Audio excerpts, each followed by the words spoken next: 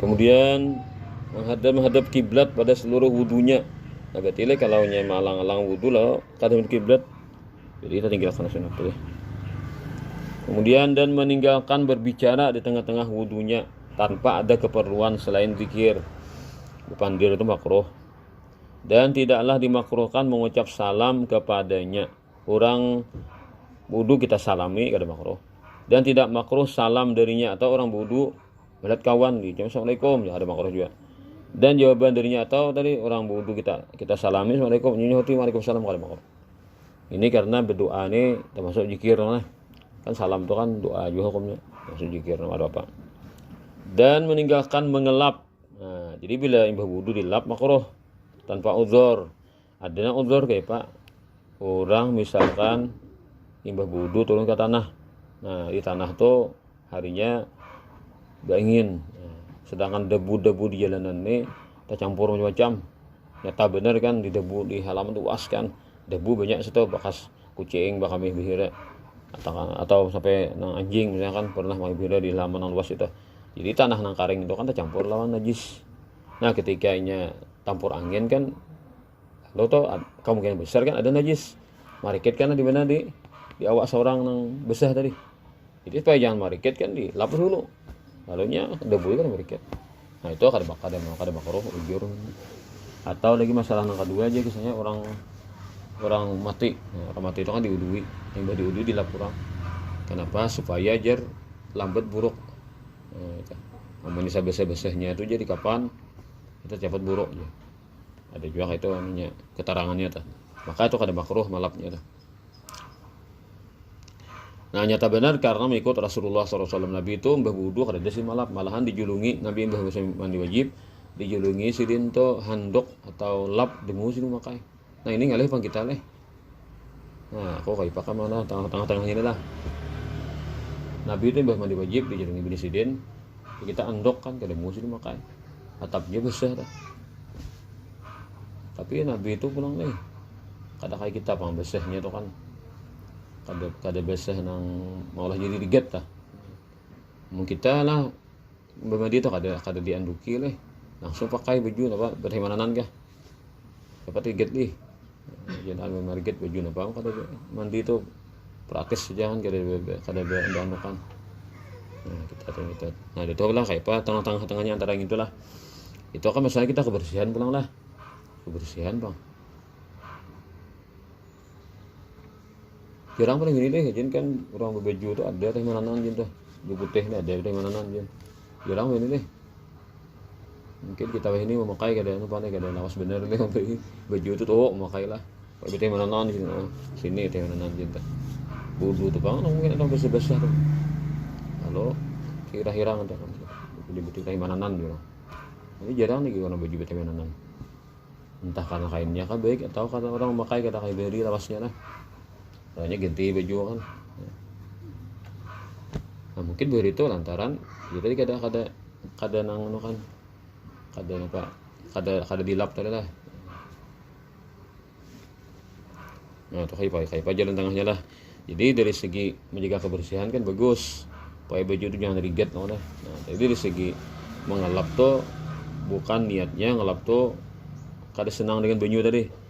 Nah, baju bekas ibadah nih kan. Nah, kalau nya benci lah baju bekas ibadah itu kan makruh. Tapi kalau kadang yang menjaga kebersihan tuh yang pulang tuh. Jadi gitu ya niatnya kan. Cuma Nabi pernah itu nah imbah mandi wajib dijulungi bini sidin lap anu kita handok kan Nabi kada mau supaya jangan sampai bekas ibadah ini hilang. Karena Nabi itu pulang orangnya memang bersih kan. Ada bacaan jadi kayak itu. Tengah-tengahnya itu lah.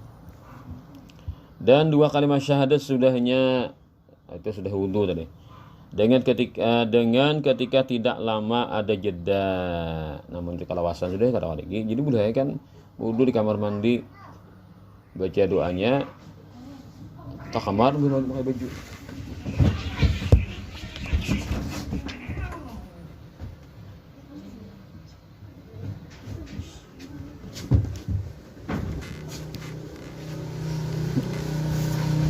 Jadi misalkan apa wudu di kamar mandi, Mbak Aminnya baca doa syahadatnya di kamar baju kan, bersih baju nih.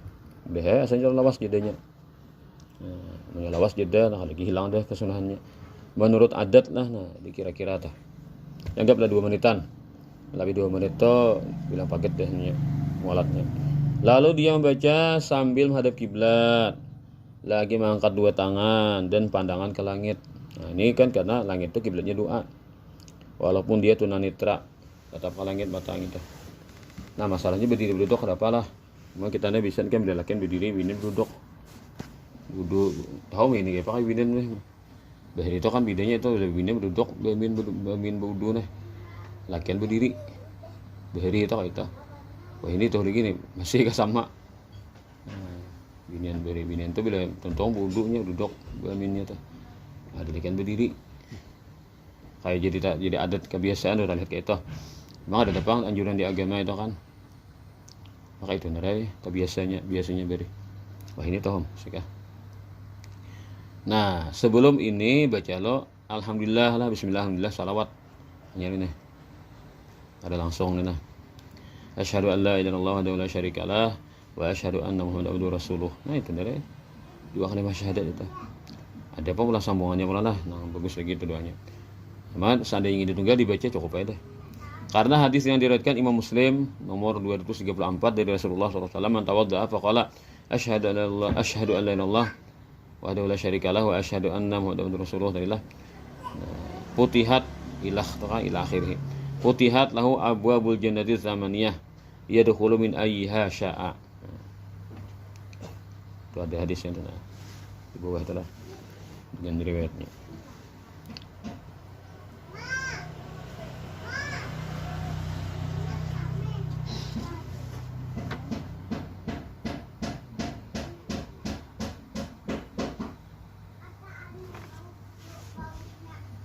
Barang siapa berwudu lalu dia membaca 2 kalimat syahadat di atas kayak tadi lah, niscaya akan dibukakan baginya semua pintu surga yang 8. Oh pintu surga lah, pintu surga yang 8 dibuka lah. Jadi langitnya tak buka, langit tak buka ke 8-nya, pintu surganya pula 8 putih tak buka pula.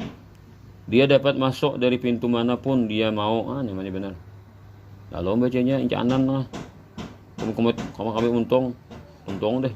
Cepat benar baca di mendai gitu kan. Cuma tunggu wudu aja. Ngaji tuh. Aja. Untung ngangkat 2 kali ngaji tuh. Salah namanya jangan wudu. Tahu wudu harus betis aja. Nggih. Udah. Ya Pak sawatnya baca itulah. Kan daripada pengulirnya lah. Tuh bisa syaitan tuh tuh kan menggoda. Cepat aja pas kita baca lagi. Asa iya deh. Kenapa harap benar waktu itu harap benar. Nah jadi waktu itu buka pintu surga itu benar. Nah lab langsung ada buka pintu surga. Jadi bila kita minta sesuatu diberi Tuhan 8 pintu surga terbuka. Lalu digesaknya oleh syaitan pas saya kan kita baca 2 kalimat syahadat ya biasa baca asa iya deh. Nah bebas masuk di mana. Telah bertambah riwayat Imam Tirmidzi nomor 55 lah itu seperti di bawah hadis di bawahnya. Allahumma ja'alni minat tawabin wa ja'alni minal mutatahhirin. Nah itu hadis di bawah tuh. Tambah itu pulang. Ya Allah jadikan aku termasuk orang-orang yang suka bertaubat dan jadikan aku termasuk orang-orang yang suka bersujud. Dan telah meriwayatkan Imam Al-Hakim. Imam Al-Hakim ini kitab cerita Al-Mustadrak. Yang sedin itu mengarang kitab tapi jalur sanadnya nang kayak Imam Bukhari. Nah, Al-Mustadrak. Dan beliau menghukumnya sahih. Man tawadda'a tsumma qala subhanakallah bihamdika la ilaha illa anta astaghfiruka wa atubu ilaik kutiba fi raqin tsumma tubi'a bi taba'in falam yuqsan ila yaumil qiyamah.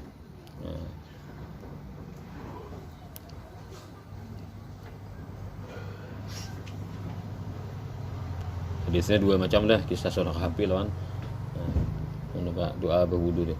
Barang siapa yang berwudu kemudian dia membaca doa di atas adalah ini saya akan ditulis pada kulit yang tipis atau kertas, tanya tuh, gawiannya tuh dicatat, kemudian dicap dengan stempel, lalu tidak akan dihancurkan sampai hari kiamat, simpan, yaitu tidak akan mendatang kepadanya suatu penghancuran, kada hilang tuh pahalanya, sebagaimana telah sahih riwayatnya hingga dia dapat melihat pahalanya yang sangat besar.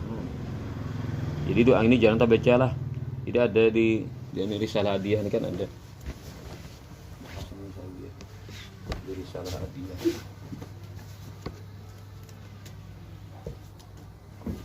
bisa hadiah ini kan buahnya ini dienakan 2 porsi, ada nang handap nang panjang.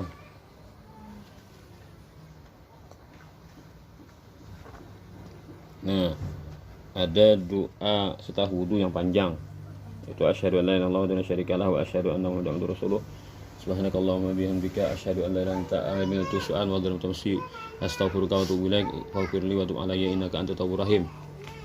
Allahumma ja'alni tawbin wa ja'alni minal mutatahhirin wa ja'alni minal salihin wa ja'alni saburan syakura wa ja'alni adzkuruka dzikran katsira wa sabbuka bukratan wa asina. Ada dua setelah wudu yang biasa, asyhadu an la ilaha illallah wahdahu la syarika lah wa asyhadu anna muhammadar rasulullah. Allahumma ja'alni tawbin wa ja'alni minal mutatahhirin wa ja'alni minal salihin. Subhanakallahumma wa bihamdika asyhadu an la ilaha illa anta astaghfiruka wa atubu ilaik. Pas. Yang kedua ini lah. Jadi 2 persi. Nah, kedua ini sudah harap deh. Pertama begini jadi gimana lah. Jadi pahalanya itu disimpan, kada bata lagi dihancur atau kada bata diganggu oleh apa-apa segala sesuatu. Sampai-sampai aja seandainya ada orang karena zalim tak mengambil. Orang tuh karena zalim kan menuntut pahala di akhirat, kadang mengambil pahala itu. Tatap marikit dinya pahalanya itu. Nah, daripada nang harapnya pahalanya itu kan kada dijo ke orang lain. Ini sudah habis ya, masih ada lah. Ada lagi ya, kita segera berjaga. Baik 31 apa mau dah? Baik. Oh 29. Itu pas akhir kata 28 29. Salam ber 2 halaman lagi lah. Halaman 228 lah tanah berkata Imam Asyuyuti.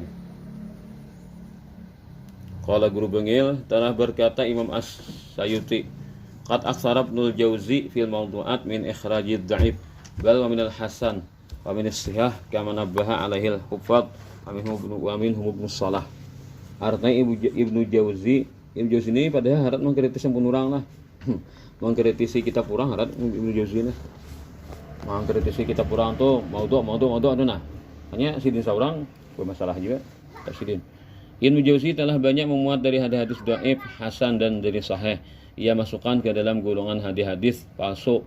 Oh, terbalik itu lah. Jadi karena terlalu teliti lah Ibnu Jauzi terlalu meneliti itu nah. Akhirnya hadis surang nang sahih padahal kannya dhaif. Nah. Ibnu Jauzi pada ini angkatan Bahri dah, angkatan ulama Bahri itu. Ternyata bisa keliru juga kan. Nah. Ini kata cuma mengkritisi kita kurang teh. Jadi Syuyuti ini kan abad ke-10. Abad ke-10 Ibnu Jauzi ini anggaplah ada abad ke-5 atau ke-6 lah. Nah, itu. Jadi nang Tadudi ini kan lebih nang banyak wawasan, banyak banyak pengalamannya kan membanding-bandingkan A kepada si B kan ada kawan maksud. Ibnu Jauzi telah memuat dari hadis dhaif, hasan dan hadis sahih. Ia masukkan ke dalam golongan hadis palsu. Bagaimana para hufat telah mengingatkan. Di antaranya Ibnu Shalah. Nah, Ibnu Shalah memadahkan pada Ibnu Jauzi ini bisa keliru dalam menghukumi hadis-hadis yang ada di kitab urang. Nah, di dalam kitab Al-Qaulul Hasan, Imam Asyuyuti menyebutkan bahwa Imam Jauzi telah memasukkan sebanyak 120 hadis ke dalam golongan hadis maudhu' atau palsu padahal tidak maudhu'. Nah, jadi karena apa? Kada lihai benar kan, salah hukum. Nah, jadi akhirnya kan orang aturannya bujur kan orang disalahkan kan orang ini makai hadis sahih padahal palsu hadis orang kan orang nang kada katujuh hadis palsu otomatis musuhi amalan orang malahkan ini hadisnya sahih lalu padahal kan hadisnya itu maudhu' atau maudhu' palsu kan berarti orang ini ada berdalil orang begawi berdalil ketika dipadahkan hadisnya maudhu' otomatis kan orang itu ada berdalil lagi. Nah akhirnya kan salah gawin mutu itu ada berdalil. Nah jurang dalilnya hadis maudhu' itu apa gampang itu itu tuh bahasa kasarnya kan.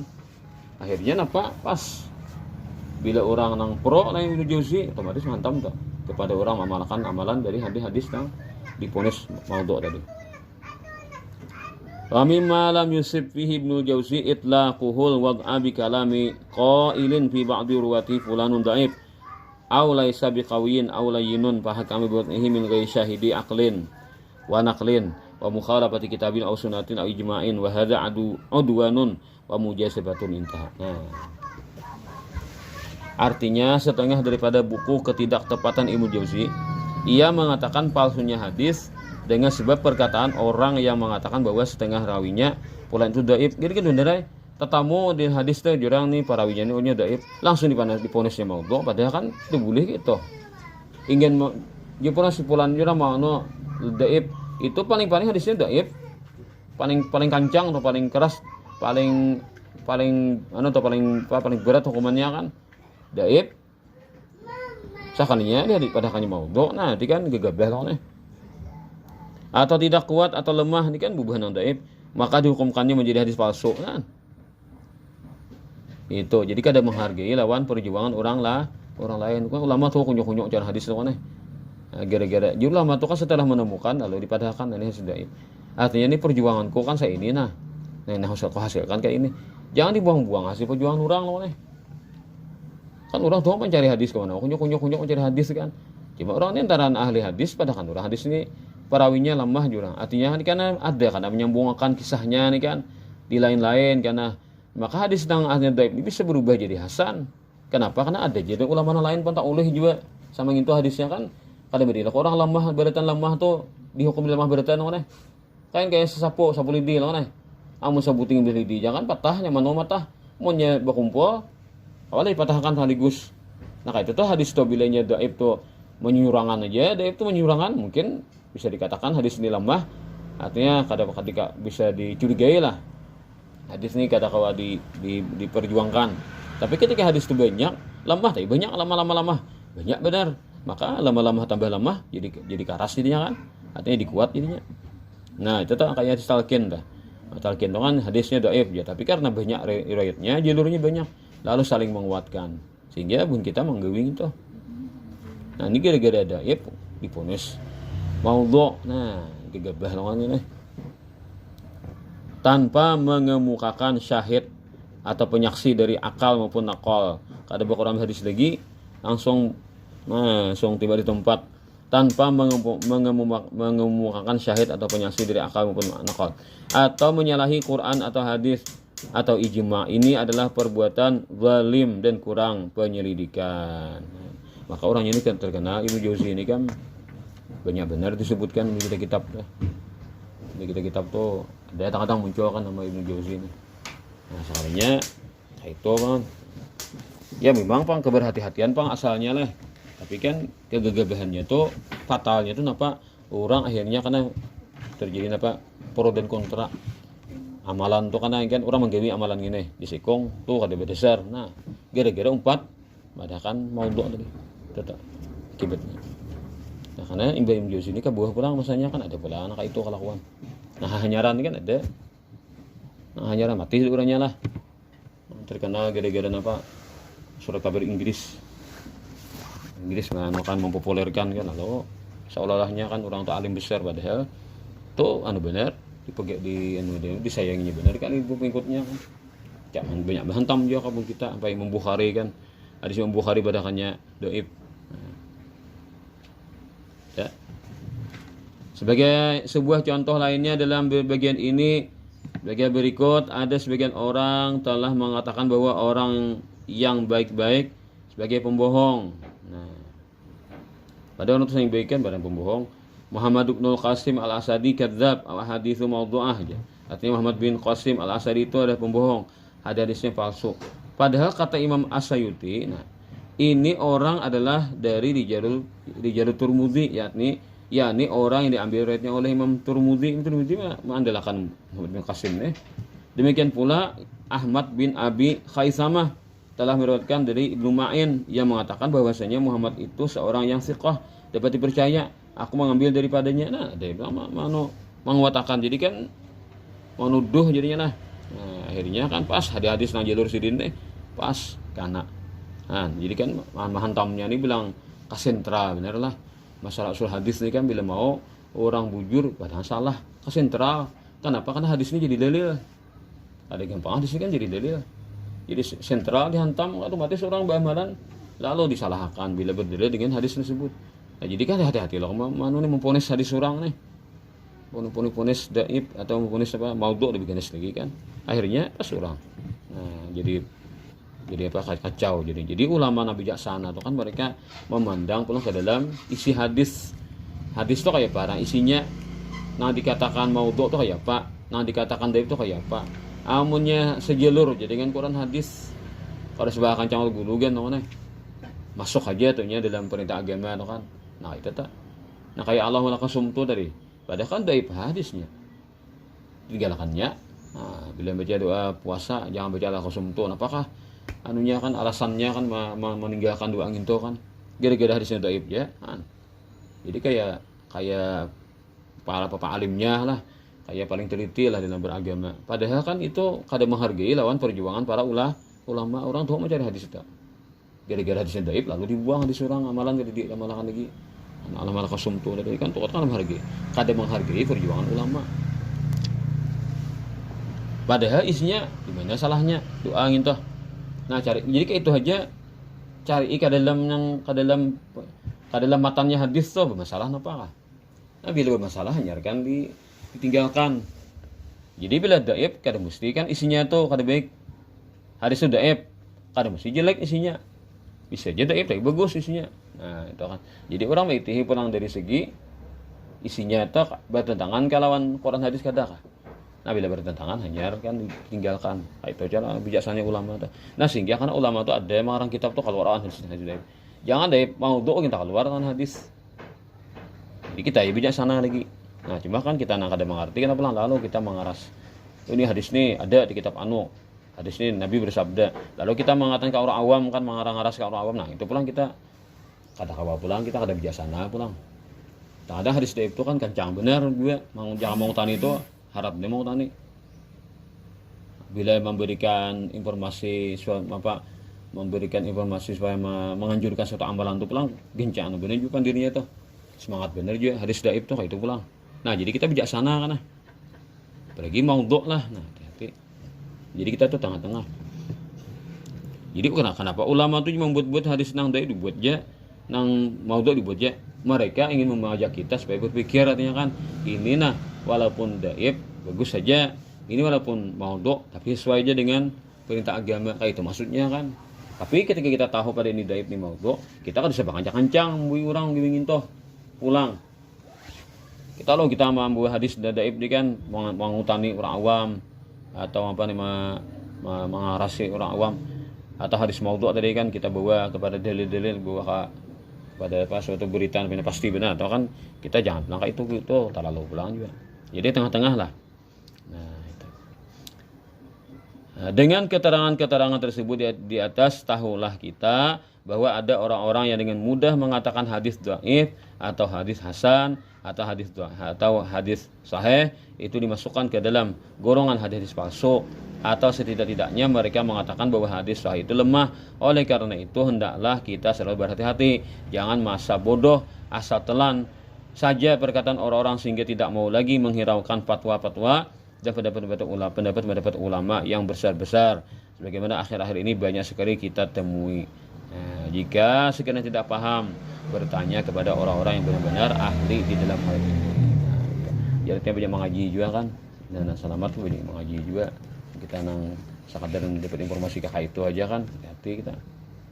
Nah, kadang kan kita terpesona orang itu bagus pin hafal kalau nah dengan sampaikannya tuh.